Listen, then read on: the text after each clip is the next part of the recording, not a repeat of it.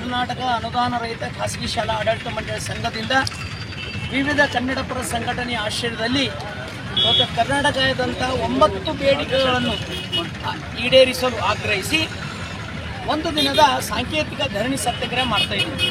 ಸರ್ಕಾರದ ಶಿಕ್ಷಣ ನೀತಿಯನ್ನು ಧಿಕ್ಕರಿಸಿ ಕಪ್ಪು ಬಟ್ಟೆಯನ್ನು ಕಟ್ಟಿಕೊಂಡು ಶಾಲೆ ನಡೆಸ್ತಕ್ಕಂಥ ಖಾಸಗಿ ಶಾಲೆಗಳ ಸಂಸ್ಥೆಗಳಿಗೆ ಆಗ್ತಕ್ಕಂಥ ತೊಂದರೆಗಳನ್ನು ನಿವಾರಣೆ ಮಾಡಬೇಕು. ನವೀಕರಣ ಅಂತಕ್ಕಂಥ ಸಣ್ಣ ಪ್ರಕ್ರಿಯೆಯನ್ನು ಶಾಶ್ವತವಾದ ನವೀಕರಣ ಮಾಡಿಕೊಡಬೇಕು.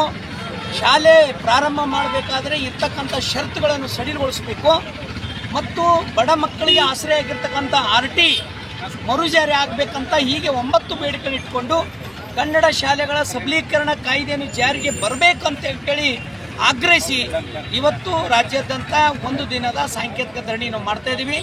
ಸರ್ಕಾರ ದಯಮಾಡಿ ಇದರ ಬಗ್ಗೆ ಶಿಕ್ಷಣದ ಬಗ್ಗೆ ಖಾಸಗಿ ಶಿಕ್ಷಣ ಸಂಸ್ಥೆಗಳು ಎದುರಿಸುತ್ತಿರುವ ಸಮಸ್ಯೆಗಳ ಬಗ್ಗೆ ಗಮನ ಕೊಟ್ಟು ನಮ್ಮ ಸಮಸ್ಯೆಗಳನ್ನು ಬಗೆಹರಿಸಬೇಕಂತ ವಿನಂತಿಸುತ್ತಾ ಇವತ್ತು ನಾವು ಬೀದಿಯಲ್ಲಿ ಜಿಲ್ಲಾಧಿಕಾರಿ ಕಚೇರಿಯಲ್ಲಿ ನಿಂತು ನಾವು ಧರಣಿ ಮಾಡ್ತಾ ಇದ್ದೀವಿ.